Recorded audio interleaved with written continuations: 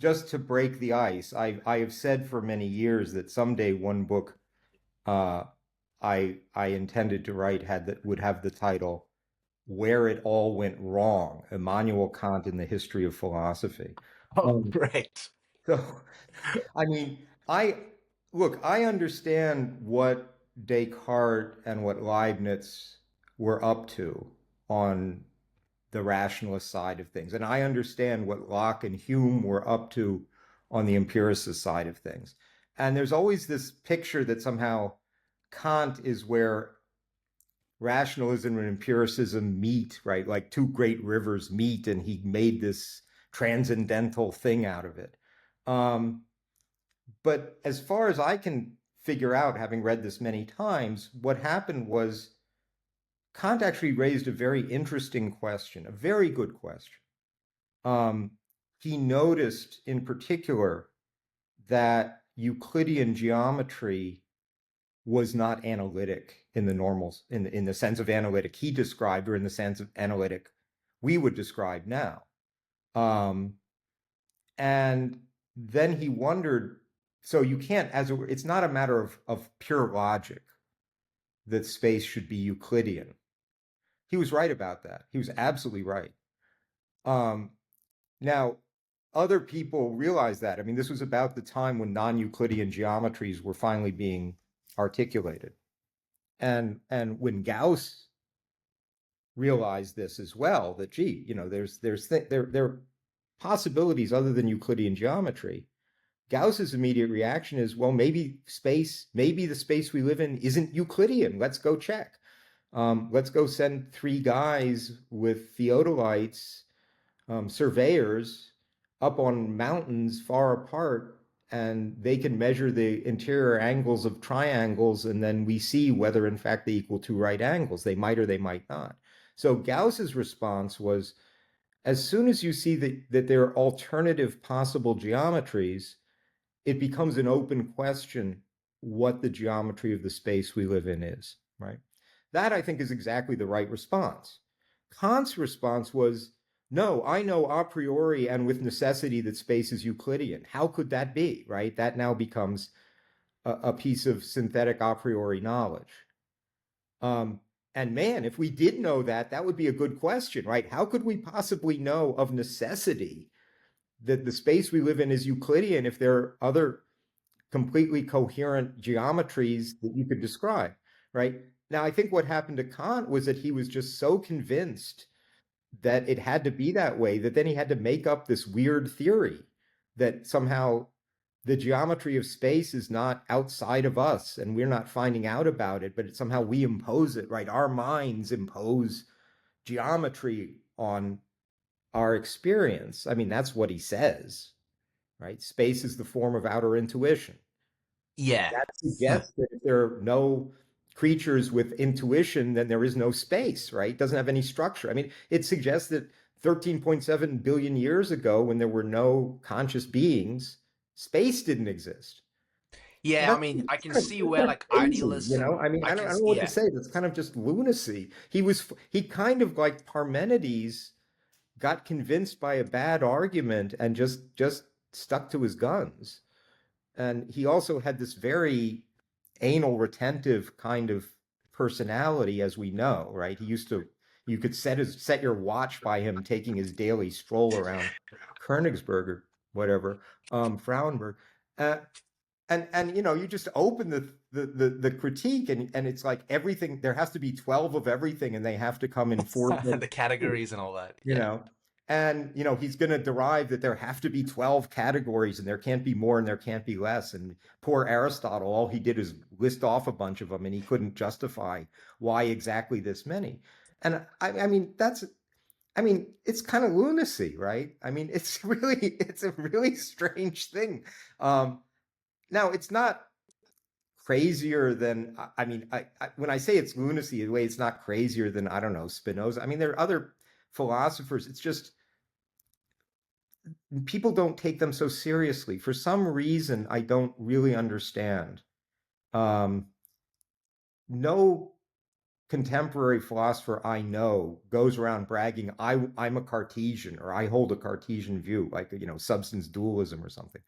But everybody wants to be Kantian. There's kind of a desire. I want to be Kantian. I think it praises a position that it is some Kantian aspect of some feature of the world doesn't really exist independently of us, but we project, it's a projection from our mind. I mean, that was supposed to be his Copernican revolution.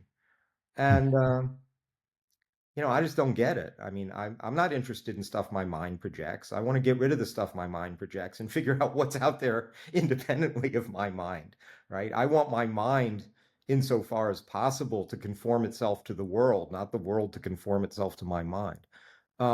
So I just, and then of course after Kant, then you have Hegel and Fichte and Schelling, and I The mean, goodness, idealists. Yeah. yeah.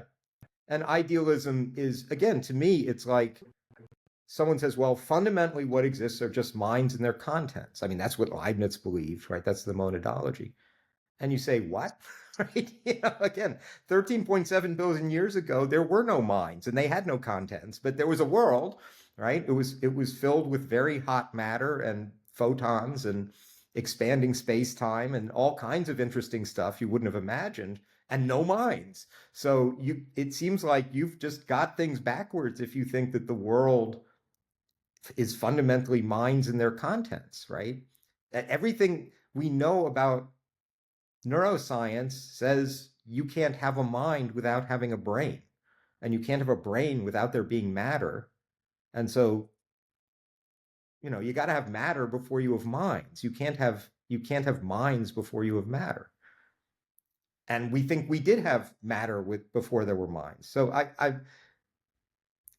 I'm not really sympathetic to this line of thought, right? Yeah, I mean, I have to admit, I probably am a bit more sympathetic, but I wouldn't say like rationally. It's more even like almost like a mystical bent to it. Like there's this notion I get a lot from like more like a kind of speculative philosophy that behind the phenomena there's nothing exists, and like Heidegger, nothingness and all this. Like it sounds very mystical and alluring, but then that's where I'm always like I Nothing, go back nothing, to and nothingness sure sounds mystical, but it also that sounded exactly. to But then Carnap like gibberish. And I kind of correct. agree So with it's like Carnap there.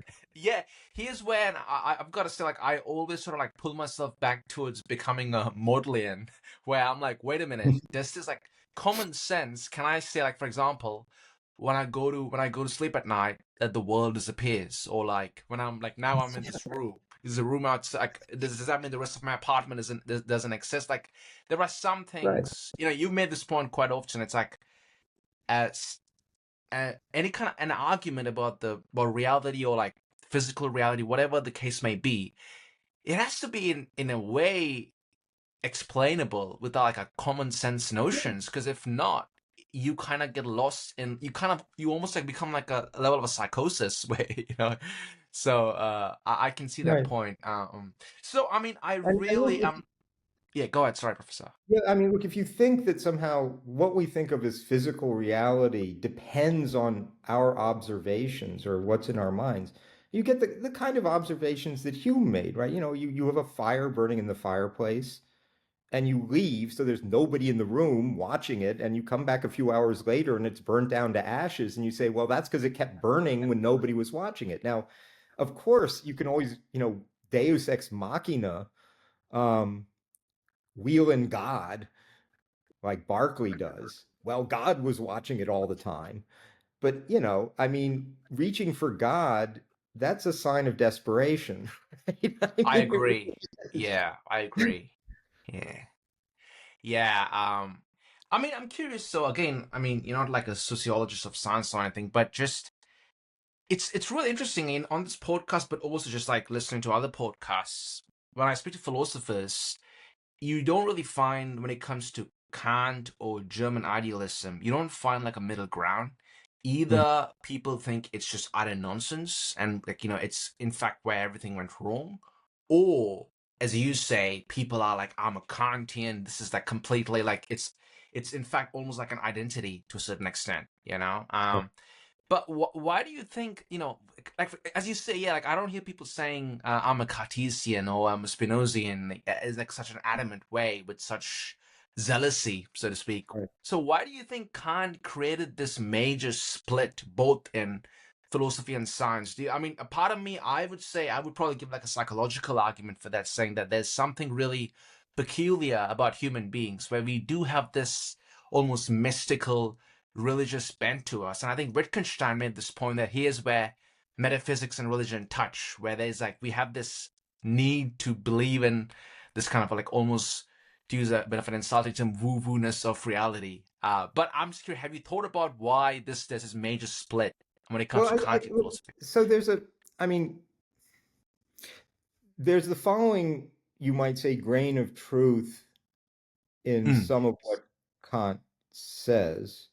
When you say there are certain things we take to be features, mind independent features of reality that aren't. They really are projections from our consciousness out onto the world. I mean, the standard examples were perceived colors, right? I mean, and it does take you a bit to understand that. I mean, my son is colorblind. I know for sure when he looks at things that his color experiences are not like mine.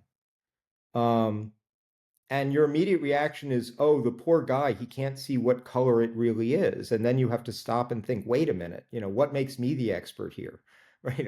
Why is it that I'm not seeing it right and he's seeing it right? And then you think another little bit, and then you see, well, nobody's seeing it right or wrong. And this, takes you already back to Democritus, right? By convention, color, by convention, flavor, and so on. In reality, atoms in the void.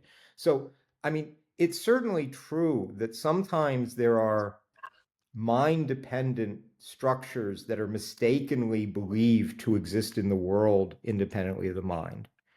Um, and but once you realize that, Democritus's idea was good. Let me figure out which those are and then kind of ignore them and figure out which ones aren't dependent on my mind, like shape and motion and so on. I mean, this was how you got the primary qualities, primary, secondary quality distinction in the empiricists in Locke and Hume and so on. Perfectly reasonable thing to do. Um, the this idea then that we're projecting structure out rather than finding it in the world just goes crazy with Kant, and he extends it to space and time and causation and kind of everything, and that's just way too far.